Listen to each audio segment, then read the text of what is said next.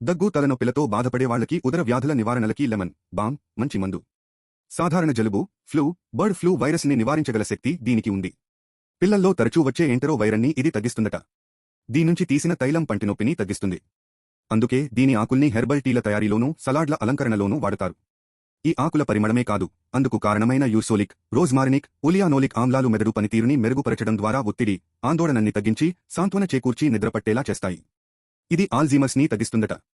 పోషకాల నిధి అయిన పుదీనా వంటకాల్లో రుచిని పెంచడంతో పాటు అజీర్తిని తగ్గించి మెదడు పనితీరుని మెరుగుపరుస్తుంది. జలుబు వైరస్కి పుదీనా టీ మంచి మందు. దీనివల్ల ఆస్తమా నుంచి ఉపశమనం ఉంటుంది. చెడు బ్యాక్టీరియాని తొలగించి దంత ఆరోగ్యాన్ని సంరక్షిస్తుంది. ఒత్తిడి, ఆందోళన, వికారాల్ని తగ్గిస్తుంది. ఇందులోని మెంథాల్ జీర్ణశక్తిని పెంచుతుంది. పొట్టనొప్పి, తలనొప్పి, సైనస్, మైగ్రేన్లకి పెయిన్ కిల్లర్ పనిచేయడంతో పాటు నిద్రలేమిని నివారిస్తుంది. ఈ ఆకుల్ని మరిగించి టీ రూపంలో తీసుకోవడం వల్ల సీజనల్గా వచ్చే అలర్జీలన్నీ తగ్గుతాయట.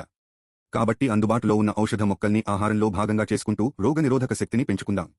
వైరస్లను తిప్పికొట్టే ప్రయత్నం చేద్దాం.